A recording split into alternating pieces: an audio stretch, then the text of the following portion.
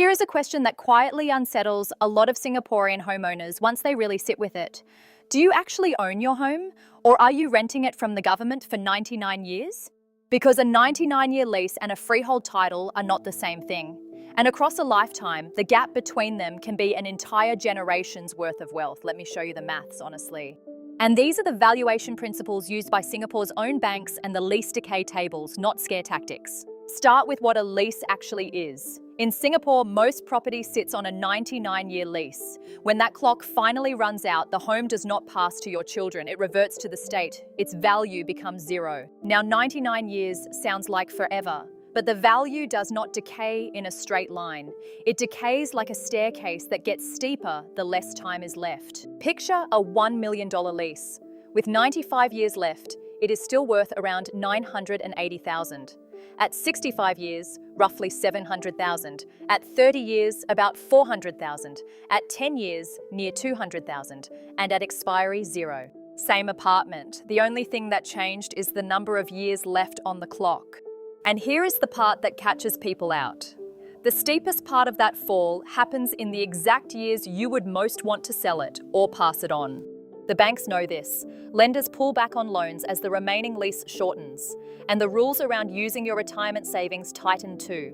So financing dries up right as the lease ages, which only pushes the price down faster. And this is not just theory. In Singapore, leases have already reached expiry, reverted to the state, and the owners received no compensation. Nothing to sell, nothing to inherit. Now compare all of that to Australian freehold. In Australia, most property, including brand new Melbourne apartments, is sold freehold, under the Torrens title system.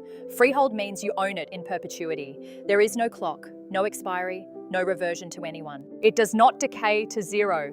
You can hold it, sell it, or pass it to your children and their children indefinitely. The same asset forever. Put them side by side. Ownership, perpetual versus 99 years.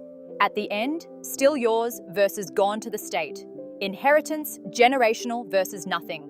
Value over time, it holds versus it decays to zero. One is an asset you truly own. The other is a very long and very expensive rental. This is exactly why it matters for generational wealth. If your goal is to build something you can pass down, a decaying lease quietly works against you. Every single year, there is a little less left to inherit. And it is a big part of why Singaporean capital is increasingly buying freehold Melbourne apartments.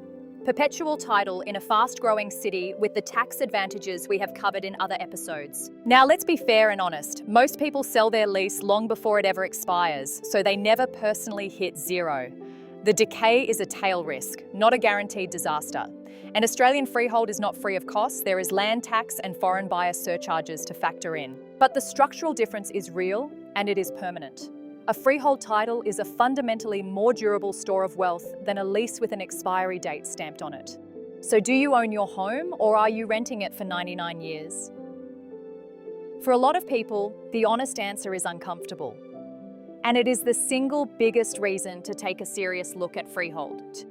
If you want to see real freehold Melbourne apartments, the actual titles and the actual numbers, everything is at solomonbloom.com, or message us directly on WhatsApp and subscribe. This is where we decode Australian property every single week.